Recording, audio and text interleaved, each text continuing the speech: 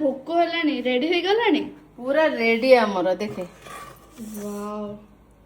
Champaran mutton ready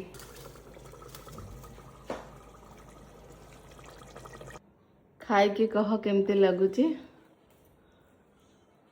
सीझी तो पूरा पूरा सॉफ्ट सिझी पूरा नॉर्मल मटन करी तो आपण सब बेले करी खाउचनी एमती चंपारण मटन मटन हांडी थरे ट्राई करी देखंतु जेहेतु स्लो आंच रे पूरा होउची धीमे धीमे आंच रे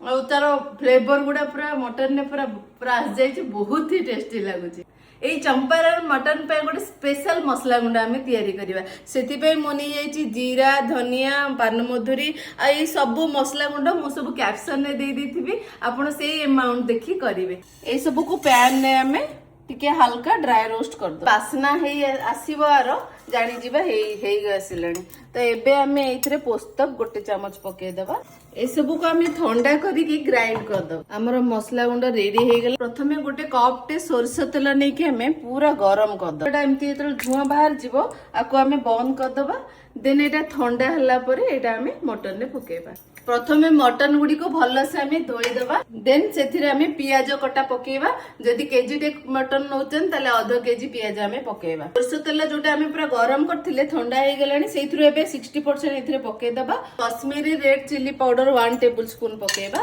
किछि तेज पत्र कंचा लंका सुखिला लंका दालचीनी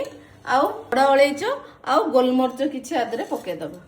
अदा रसुण बटा 3 टेबलस्पून पके गरम मसला आमे तयारी करथिले सेथुरु आमे 2 टेबलस्पून पकेबा जीरा गुंड 1 टेबलस्पून धनिया गुंड 1 टेबलस्पून हल्दी गुंड हाफ टेबलस्पून लूण स्वाद अनुसार पकेबा धनिया पत्र किछि पकेबा ए सब को आमे भल्लो से मिक्स कर दबा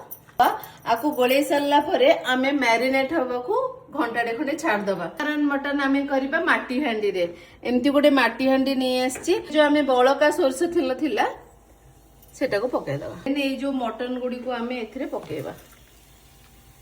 मेन होची रसुण कोल्ला चंपारण मटन ने ए सबु 2-3 टा कोल्ला आमे मझिरे एम्ति थोई दबा टिके ना को अल्प पानी रे धोई देले मसला गुडी को आदरे पके दबा एबे अटा गुळा रे आमे आको सील कर दबा देन गोटे जागा रो आमे टिके कोणा करिबा हमर जो छोटो बर्नर थाए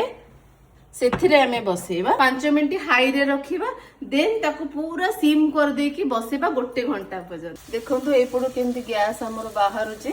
बाकी गोटे इंपोर्टेंट टिप होची आको आमे 15 मिनिट को थरे एमती टिके काडी की भल्लो से आमे तळ ऊपर कर दबा तळे जेहेतु लागि जिवो 15 मिनिट को थरे मन पके की आमे एटा टिके घांटीबा मटन